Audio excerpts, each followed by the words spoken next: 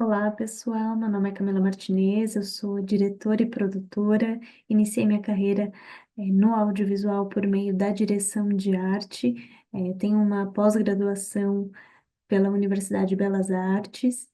Hum, Apresento hoje, ministro a aula Introdução à Direção de Arte com ênfase em cores, para eu apresentar um pouco para vocês o meu processo criativo e da onde que eu parto a construção de uma narrativa visual a partir das cores, tanto um conceito quanto a narrativa visual, e como de fato essa visão norteia a minha criação até hoje, mesmo eu não atuando tão diretamente na direção de arte, essa formação me ajuda bastante na minha criatividade e nos meus projetos, sejam eles de curta-metragem, fotografia, teatro, artes visuais, de tudo um pouco a gente consegue aplicar esses conceitos que eu vou apresentar aqui.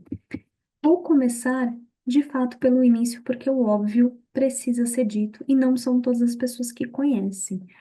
É, eu vou falar bastante de cores e do círculo cromático. Então, para a gente começar a construir um círculo cromático, a gente precisa conhecer as cores primárias, que são o amarelo, o vermelho e azul. Elas são primárias porque elas que originam todas as outras cores, elas não se decompõem, diferente das secundárias. As cores secundárias, elas são criadas a partir das cores primárias. Então, por exemplo, se a gente decompõe o laranja, nós encontramos o vermelho e o amarelo, e assim sucessivamente. Se a gente decompõe o roxo, nós temos a soma do vermelho e do azul. Se a gente decompõe o verde, a gente tem a soma do amarelo com o azul. Por isso que elas são as cores secundárias. As cores terciárias é a soma de uma cor primária com uma cor secundária. E desta forma se constitui o círculo cromático de Newton. Percebam que a distância das cores e a organização delas não é aleatório. Então, por mais que a gente possa girar, nesse círculo cromático o amarelo está no topo, ok, o vermelho poderia ficar no topo, o violeta poderia estar no topo no lugar do amarelo. No entanto, a ordem se manteria a mesma, é como só se a gente girasse esse círculo. É, e qual é essa constituição? Quais são essas distâncias? As cores primárias, elas se mantêm na mesma distância, formando esse triângulo aqui de linha reta que vocês podem observar na imagem. Um triângulo equilátero, que quer dizer com o mesmo tamanho dos lados, então eles estão na mesma distância. As cores secundárias também formam esse triângulo de lados iguais com essas linhas tracejadas. E as demais cores são as terciárias. O círculo cromático, portanto, compõe 12 cores. Três cores primárias, três cores secundárias e seis terciárias. Ele foi composto pelo Isaac Newton, físico, matemático e filósofo. Então, é o Isaac Newton que a gente, de fato, já ouviu dizer por outros motivos, mas ele foi um grande estudioso, de cor, sobre, as cores e as suas composições. Quando a gente fala de matiz, que é justamente esse círculo em branco aqui dessa imagem, se refere à família. Então, a matiz é a determinada cor, sem adição de branco, sem adição de preto, sem nenhum aditivo de brilho, de cor, ou de qualquer outro elemento. Então, matiz significa qual é a família. Então, por exemplo, aqui nós temos a família do vermelho ou a família do amarelo, de maneira pura. Se a gente adiciona um pouco mais de branco ou adiciona o preto, aí a gente tem variações tonais, variações dessa mesma matiz. Apresentado, feita essa introdução ao círculo cromático, eu vou falar das composições, como que as cores podem interagir entre si e quais histórias ou narrativas que é possível se criar a partir dessas relações. Antes de falar da combinação, vou falar da relação de cores quentes e cores frias. Então, basicamente, a gente corta o círculo cromático ao meio e são seis cores quentes que, se vocês perceberem, estão dentro da família do vermelho. Então, parte do amarelo até o violeta avermelhado. Então, essas 6 cores constituem o que nós chamamos de cores quentes, porque as raízes das cores, as cores que compõem e que se formam, vêm mais do vermelho e do amarelo. Por outro lado, as cores frias, as outras 6 cores frias, são das famílias das matizes dos azuis e dos verdes. Por isso que é importante a gente saber com quais cores, quais foram as composições dessas cores, porque ela pode ficar mais fria ou mais quente. Para além da temperatura, que é algo que já está bem difundido na nossa cultura, eu gosto muito de comentar sobre a polaridade. Então, por exemplo, o amarelo. Dentro da nossa cultura, muitas vezes ele tem a conotação de dinheiro, de riqueza, de ouro, de alegria.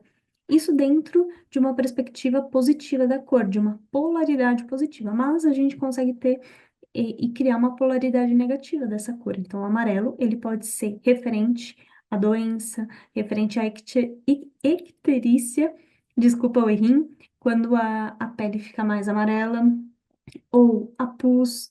Então, a cor é amarelo, porém ela pode estar mais vibrante, com uma saturação maior, e aí, portanto, ter um brilho e transmitir mais alegria, ou essa cor pode estar mais opaca, ela pode estar com menos brilho, com mais sombra, e isso transmite uma sensação de doença, no caso do amarelo, por exemplo, e a gente pode é, e deve transferir esse raciocínio para todas as outras cores desse círculo cromático. Então, por exemplo, o verde.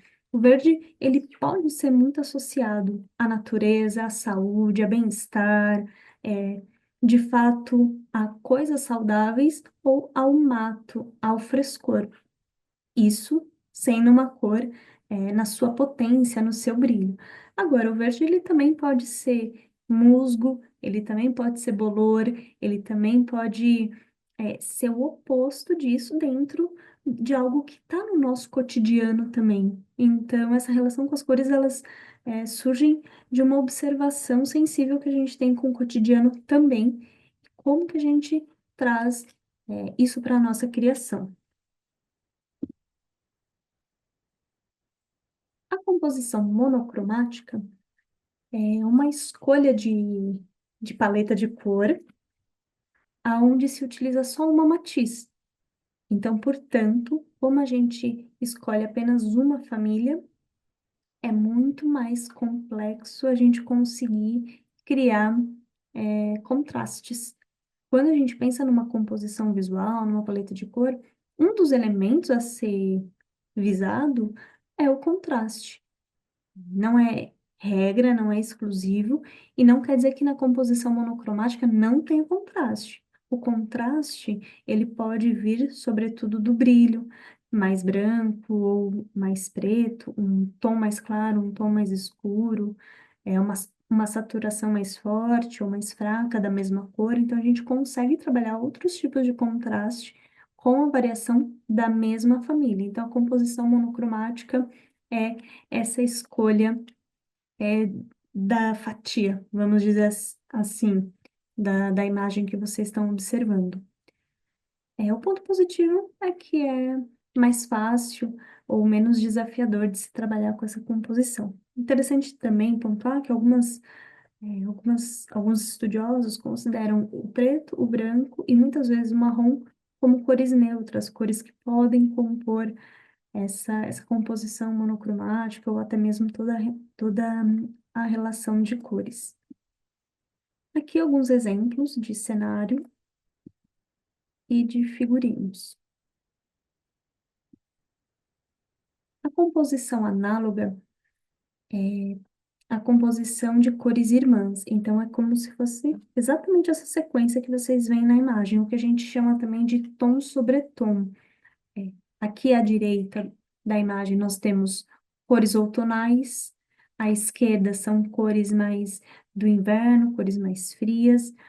Aqui, como a gente já tem a adição de outras matizes, de outras cores, a gente consegue trabalhar mais o contraste, porque tem uma cor irmã, uma cor diferente, não é monocromático.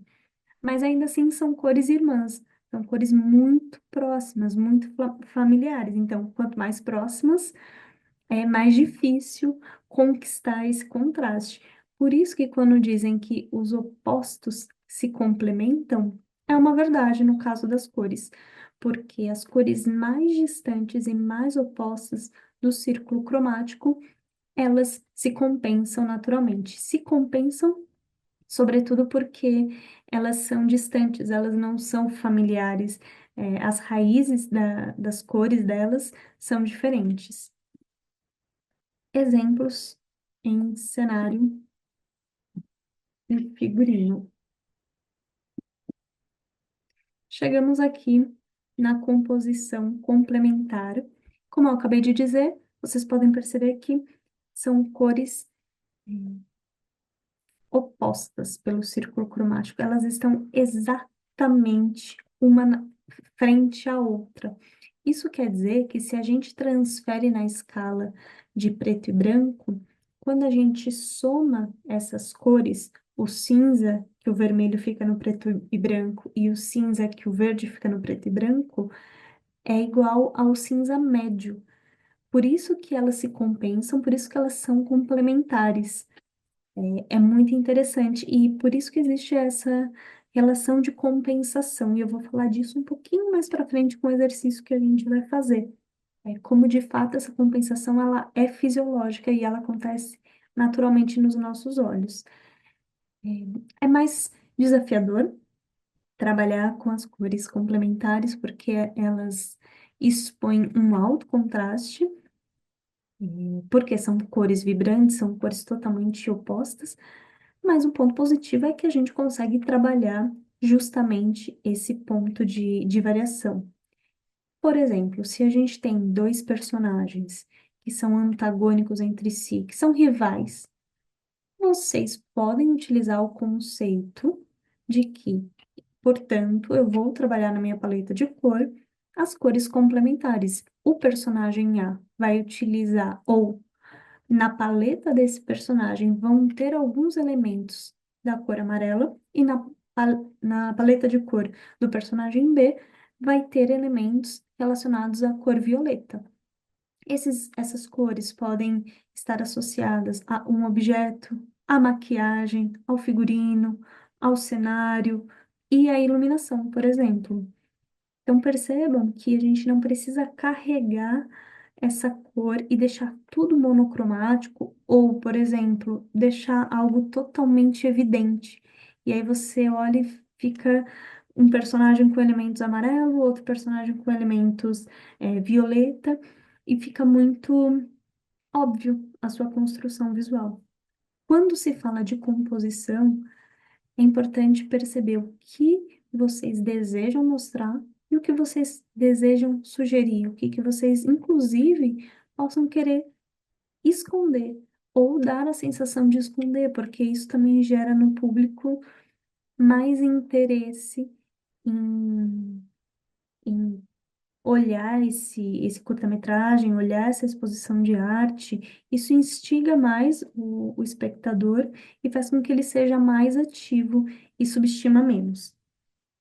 Então, por exemplo, se a gente pega um casal que tem uma relação amorosa, né? Também pode-se utilizar esse conceito das cores complementares, porque, por um outro lado, essas cores também se complementam, elas, ao mesmo tempo que são opostas, elas se complementam. Então, o que que eu quero dizer com isso? Que vocês são capazes de escolher qual conceito vocês vão defender no conceito de arte de vocês.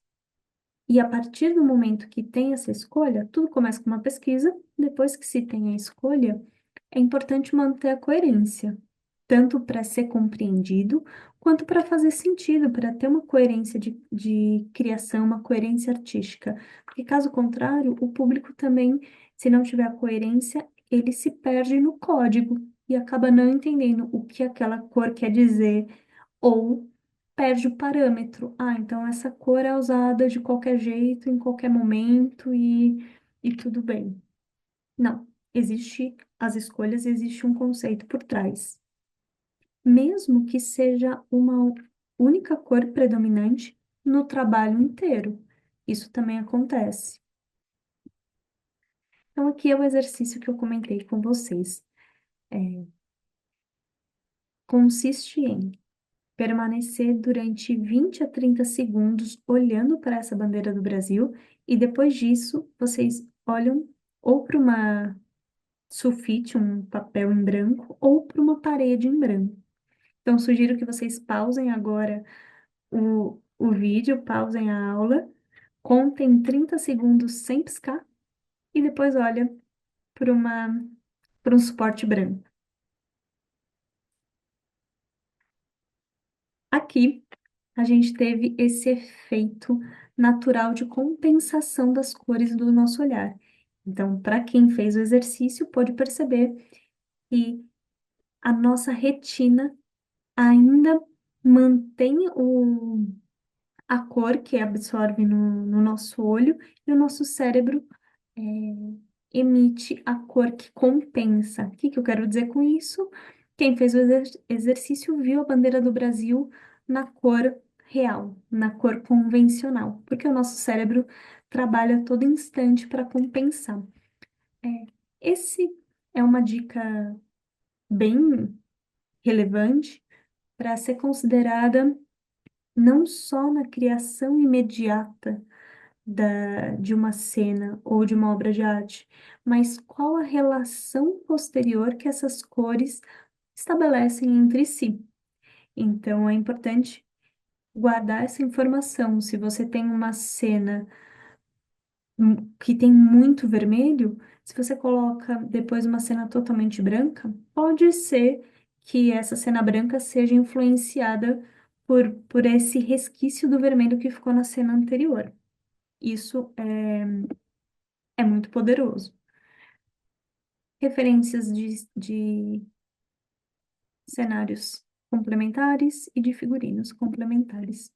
Aqui nós temos a composição de tríade, que estabelece um pouquinho menos de contraste do que a complementar, mas ainda assim é um alto contraste. Se a gente for colocar numa ordem de hierarquia, a complementar está em primeiro lugar e a tríade está em segundo, porque ainda assim essa composição pega três cores que estão mais distantes entre si.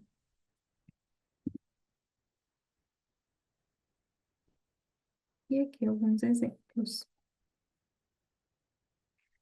Até voltando para comentar sobre o processo criativo, vocês podem pensar em uma família, uma dessas pessoas tem uma cor e aí estabelece uma relação, ou um trio de amigos onde a personalidade deles começa a se misturar e as cores podem começar a se misturar no figurino, na maquiagem.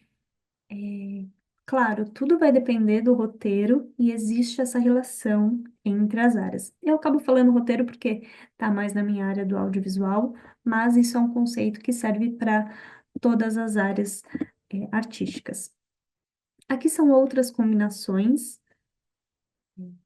complementar dividida, que também estabelece um alto contraste, mas ela pega as cores imediatamente do lado direito e esquerdo, ela foge da complementar direta, então acaba fazendo esse triângulo que não é o triângulo com os lados perfeitos, né?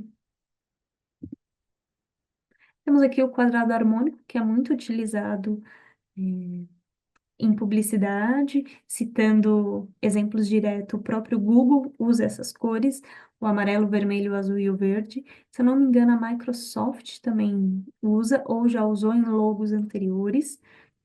E a gente vê como as cores estão no nosso dia a dia, seja por viés artísticos ou por vieses de comunicação, empresarial.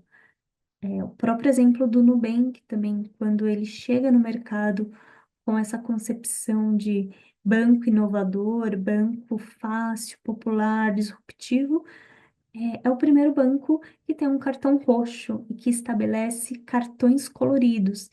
E a partir disso, alguns bancos começaram a oferecer cartões coloridos, cartões personalizados, mas aí a gente percebe como que um primeiro movimento consegue mobilizar uma estrutura já mais consolidada, mas é a comunicação também. Então, o Nubank chega com essa consciência de que cor que ele quer trabalhar na marca dele.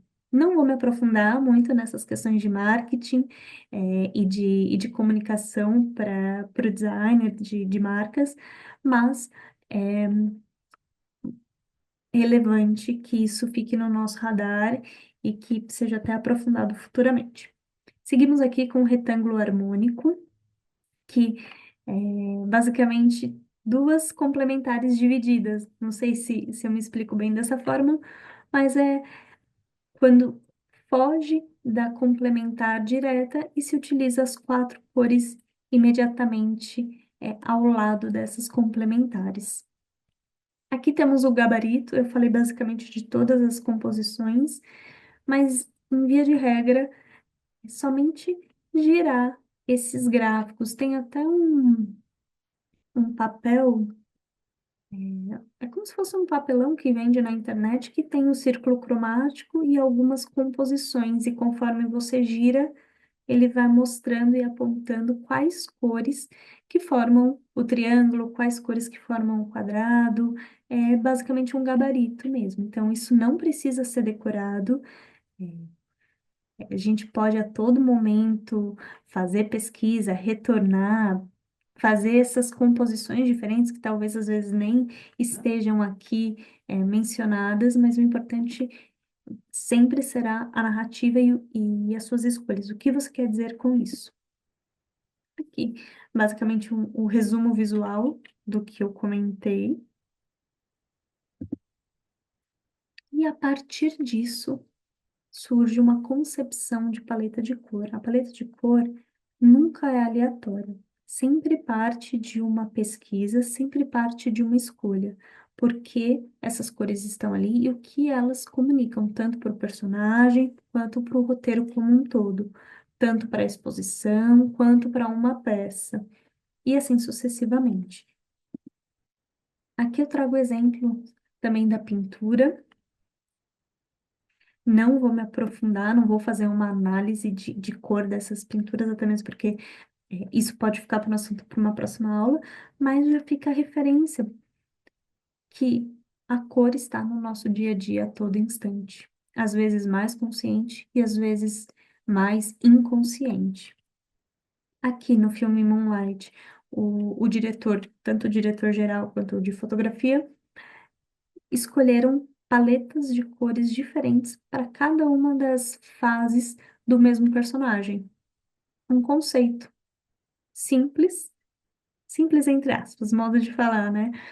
Tem muita pesquisa e tem muitas escolhas para se chegar nessa paleta de cor, no que cada cor diz para o personagem e, sobretudo, essa mudança. Então, aqui a gente tem a cor como uma narrativa do arco da história também, da mudança desse personagem. O Demônio de Neon, que utiliza as cores complementares amarelo e violeta, que não é tão usual no Ocidente. Aqui nós usamos muito mais o azul e o laranja. Se vocês perceberem, essa composição está muito no nosso dia a dia. E também falando de Ocidente e Oriente, é importante, quando nós falamos de cor, estamos falando de cultura também. Não só a cultura oriental e ocidental, mas culturas regionais, culturas de países, de estados. Nem sempre o significado de uma cor é o mesmo em distintas regiões, é isso que eu quero dizer. E a gente tem muitos estudos, até mesmo livros de psicologia das cores, mas que tem um viés mais ocidental de fato. O que eu quero dizer com isso é que a gente tem essa liberdade de criar outros significados para as cores dentro dos nossos trabalhos. Quer dizer que todo mundo vai aderir e vai entender que eu quis trabalhar o roxo para a tristeza, por exemplo? Não. Não quer dizer que eu vá mudar a cultura ou que eu vá mudar a sociedade, mas eu posso criar um universo dentro do meu trabalho. E é para isso que serve a composição. E para finalizar, ao contar uma história, a gente pode e deve utilizar as cores para trabalhar estes elementos, provocar reações psicológicas, desenhar o foco em detalhes significativos, definir o tom do filme, representar traços de caráter ou representar o próprio personagem, mostrar alterações ou arcos na história. Pegando esse último tópico, tem um curta-metragem que eu assisti onde a personagem começa com uma paleta de cor no lilás, então era lilás, um cinza bem claro, branco, e no decorrer da história, ela se torna, da vizinha, ela se torna a madrasta da menina. E se tornar a madrasta, então ela se torna a vilã. E com isso, a paleta de cor dela vai para o roxo, azul escuro, roxo. Então, olha que interessante a cor exercendo diretamente o seu papel narrativo de mostrar uma alteração no arco da história. Essa personagem não precisou mudar a direção de arte, optou por saturar mais a cor dessa personagem. Ela não precisou mudar de cor, não precisou mudar de matiz, mas ela saiu do lilás e foi para o roxo. Olha que interessante. Então, isso a gente consegue desenvolver cada um desses pontos e até mesmo ter essa anotação para quando tiver alguma dúvida, algum questionamento, falar, tá bom, que cor que eu vou escolher e por quê? Bom, eu posso escolher uma cor só para demonstrar essa mudança da personagem. Ou, por exemplo, a personagem sofreu algum tipo de violência. A partir dali, ela pode usar um brinco pequenininho vermelho. Ponto. Não precisa ser grandes alterações também. É importante essa sensibilidade e o equilíbrio do quadro, seja ele qual for, quadro de cinema, quadro de teatro. Quando eu digo quadro, eu me refiro, ao resultado final. Bom, gente, é isso.